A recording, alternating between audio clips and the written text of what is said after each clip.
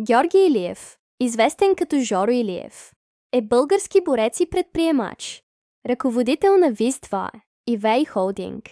Той е роден на 22 юли 1966 година в Кюстендил и е брат на Васил Илиев, считан за видна фигура в организираната престъпност в България през преходния период към демокрация и пазарна икономика. Най-значимата и публично известна любовна връзка на Жоро Илиев е със съпругата му Мая Илиева. Смята се, че тя е жената, която успява да укроти неговия буен характер. Дори години след смъртта му, Мая продължава да живее дискретно и заможно, като се грижи за трите им осиновени деца, които живеят извън България.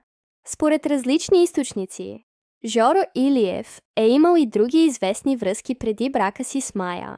Една от тях е с Евгения Калканджиева, шефката на модна агенция Визаж.